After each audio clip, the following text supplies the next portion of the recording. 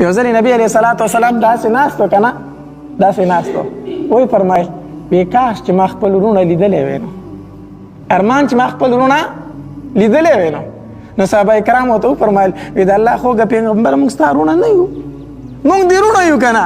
نو نبی علیه الصلاۃ والسلام ورته وفرمایل نه که نه، انتم اصحابي، تاسو خو زما ملګري یئ، تاسو خو زما ملګري یئ، زما سره موجود یئ. وی د الله پیغمبر ورونه دې څوک دي؟ وی ورونه زما هغه دي چې لا ما لیدلی نه دي او نه یې زه یې لیدلی یم، وروستو به راځي او په ما باندې به بې لیدو ایمان راوړي.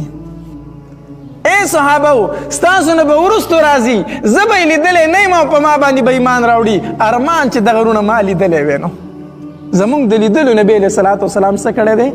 ارمان کړی کاش چې ما لیدلی وی. صحابه کرام ورته وفرمایل وی د الله خوږه پیغمبره دغه ورونه به دې ته په ورځې د قیامت باندې ییني؟ نبی علیه الصلاۃ والسلام ورته وفرمایل او ضرور به د قیامت په ورځ باندې اینمه. نو صحابه کرام ورته وفرمایل وی د الله پیغمبره مونږ خو در سره ناست یو، ته مونږ پیژنې او مونږ تا پیژنو، په ورځې د محشر چې یو بل وینو په قیامت کې یو بل به پیژنو، نو هغه به ته څنګه پیژنې خو تا لیدلي نه دي.